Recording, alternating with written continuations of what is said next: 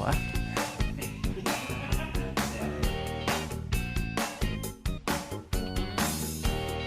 Knowing how to shift your gears not only helps you ride faster, but it also makes riding more fun.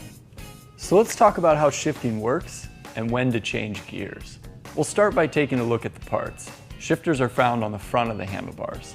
They control the bike's derailleurs, which move the chain from gear to gear across the drivetrain. Your left shifter controls your front derailleur, which moves the chain between your chain rings on your crankset. Shifting with your left hand will cause more dramatic changes and is helpful for riding on hills. By pushing the whole left-hand lever inward, the derailleur will push the chain up to a harder gear. A harder gear takes more effort to pedal, but your wheel moves farther per pedal stroke. Pushing only the small inner lever inward will pull the chain down to an easier gear. This makes pedaling easier, but you won't move as far or as fast. Your best bet is to use the smaller chainring, or the easiest gear, when pedaling uphill, and the big ring, or your hardest gear, when you're riding downhill. Your right shifter controls the rear derailleur, shifting the chain across cogs in the cassette. In the back, the smaller size cog is actually the harder, faster gear. The bigger cogs make for easier pedaling, but slower speeds. This means your right-hand shifter works backwards of your left hand. By pushing the whole right-hand lever inward, the derailleur shifts the chain to an easier gear. And pushing the small inner lever will shift the chain to a harder gear and faster speeds.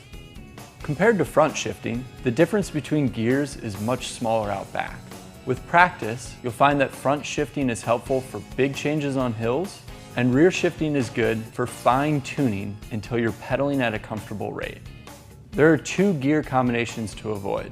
This is when you're in the hardest gear on one shifter and the easiest in the other.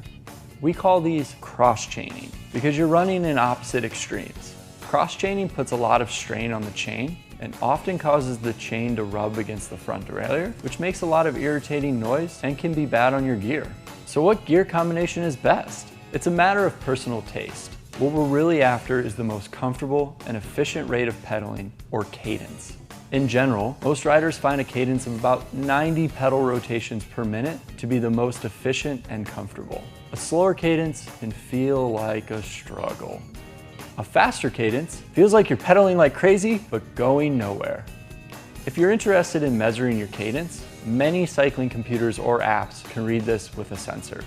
Using a sensor to measure your cadence can be a great way to learn when it's a good time to change gears.